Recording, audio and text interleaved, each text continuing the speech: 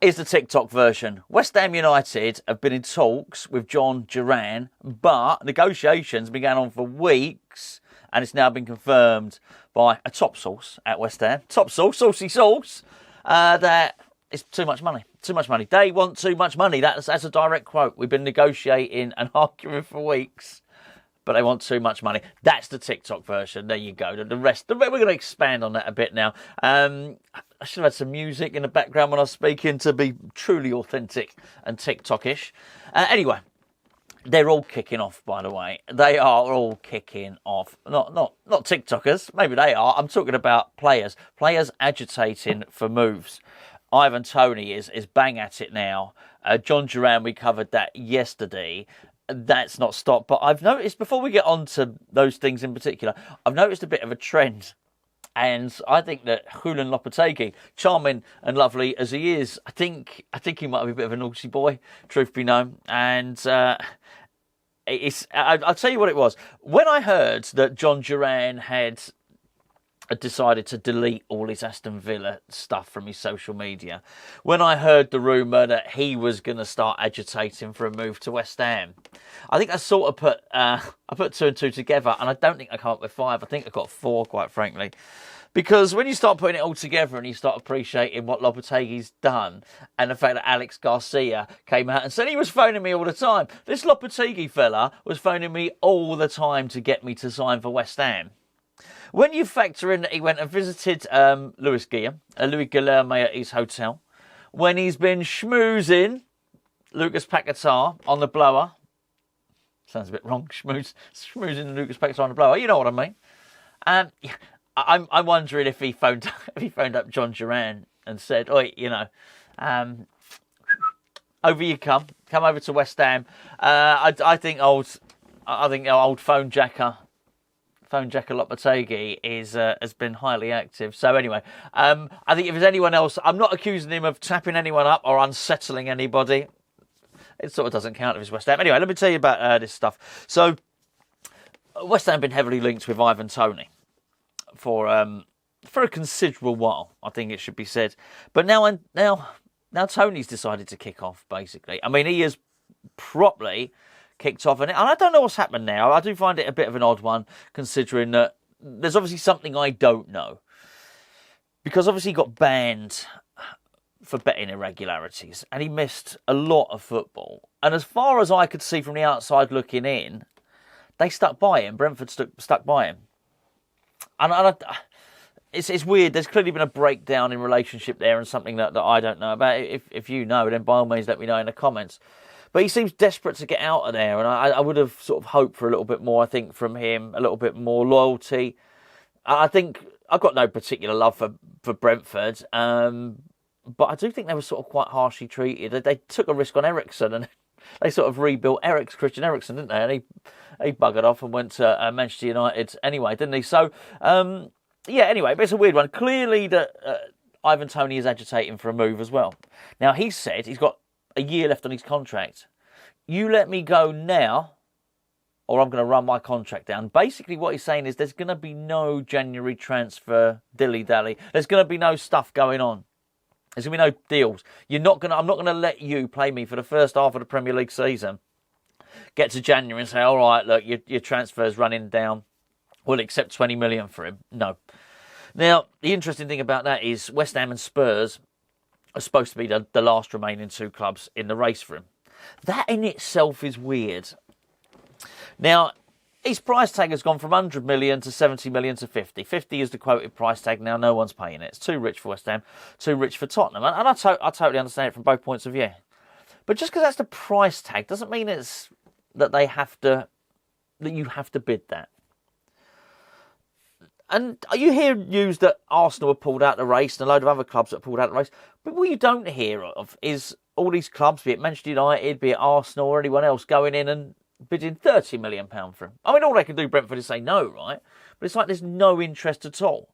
So I'm starting to almost disbelieve that these other clubs have pulled out just because of the price tag. Maybe, just maybe, as I say, there's a part to this story that we really don't know. Daniel Levy ain't paying 50 million. He's just... He's not paying 50 million. Not for someone that's going to be, I think he's 29 in February or March or something like that. No way, just no sell-on value. But what Tony's doing is quite clear. He's basically saying, I want out. Let me out now, otherwise you're getting no money from me whatsoever. So clearly he's trying to drive that asking price down and make it so as it's closer to, I don't know, maybe at 30 million other clubs come in. Who knows? Don't know. But a bit of an interesting one. But just particularly on the back of John Duran, also basically, I'm not claiming that he's down in tools because I don't know enough about it. The truth of the matter is we don't know. We're only dealing with speculation on any of this stuff. But I do think that Duran is probably given enough signals that he wants to leave. He wants to leave Aston Villa. He's told them directly. He's not made a statement, but I think by publicly sort of taking down anything Aston Villa related from his social media, you're sort of making a statement by not making a statement. You're making a stealthy statement, aren't you? Really? So yeah. Maybe it's the way of the world. And do you know what? If that's the way transfers have got to be done, I guess that's the way transfers have got to be done. I think they're two different things. And maybe Duran, maybe I was a bit mean yesterday, suggesting that possibly it was about money. It probably is about football with Duran. With Ivan Toney, it's probably about glory. It's probably not about money. I'm sure he's on decent money at Brentford. I'm sure if he were going to sign a new deal, they'd give him good money there. It's probably about winning trophies. He probably gone away with England, and he's what a penalty he took, by the way. Gone away with England, and found himself back in the fold, and he's mixing with a load of players who are basically winning trophies, and he's mixing with Harry Kane as well. And he's probably looking at all these guys, and he's thinking, I'd like a bit of that. So maybe. I don't know why would he go to Tottenham, actually. Actually, I was going to say, why would he go to West Ham? West Ham have got more trophies in the recent trophy cabinet than Tottenham Hotspur, of course. Just something else as well. There's a little bit of mischief being made, I think, around Lucas Paqueta and him throwing a strop that the Flamengo deal hadn't gone through. Lucas Paqueta's due to meet up with a squad in the States. I think it's Friday or Saturday, something like that, and Jared Bowen is due to at the same time as well. So I mean, look, I was a little bit concerned when you start hearing that Tim Steiten's going to have to fly over to Brazil and put his arm around him, and that's another obviously as we mentioned earlier on in the video, Julian Lopetegui has been phoning him up, letting him know you've not just got a family in Brazil, you've got a family at West Ham as well. I think he's a part of things. I think I would imagine Paqueta's demeanour is probably better. He's probably in a better place at the moment, considering he now knows he can play a lot of football this upcoming season. So yeah, you know what? I think it's good news. Can't wait to see him. Not just mixing with the other players. I'm looking forward to the videos coming out. Don't get me wrong, but I'm really looking forward to seeing where Julian Lopetegui will play him in his team. I'm uncertain on this. Yeah, I don't know. Is he going to play him on the left-hand side? Is he going to play him next to Edson Alvarez? Is he going to play him in the position that maybe James Ward-Prowse has been deployed in a couple of pre-season friendlies that we've seen so far? I don't know. It's going to be interesting. Really looking forward to seeing it. But it'd be really good to have him back. And I'm very excited to see what this team can achieve with better players in it. We're going to get a sterner test against Wolves and Crystal Palace. There's absolutely no doubt about that. Just hope the club can get a wriggle on. We need a striker, there's no doubt about it. But again, I do think the team is going to look better just by having Antonio up front. But clearly we can't expect to go throughout the whole of the season just with Antonio up front. So I hope we can get something done, be it John Duran or Ivan Toney or well, you probably know the Jonathan David's deal is sort of dead in the water. He wanted £10 million a season. A lot of money. Has he not noticed that there's like this PSR stuff going around at the moment, and clubs just can't pay that stuff anymore? Look at Juventus, how they're struggling to get this Todibo deal over the line. They've been, as I've mentioned on numerous videos, this Matthias Sole, they're offering him out to everybody for like 30 odd million quid or whatever. There's no buyers. It's the big reset button, I feel, has been pressed on football. And I guess if it's the same, whilst I don't like football, the FFP and that being a an ambition killer. I don't like the fact that they've sort of stealthily put it upon us in a way that it stops clubs like ours of our size being ambitious and being able to spend money. That bit I don't like, but I do think there's too much money in football, don't get me wrong. And I do think, that players' wages have got... I was going to say players' wages got a hand. I probably wouldn't think that if I was a footballer. If I was earning 10 million a year, I'd be saying, hey, what's the problem?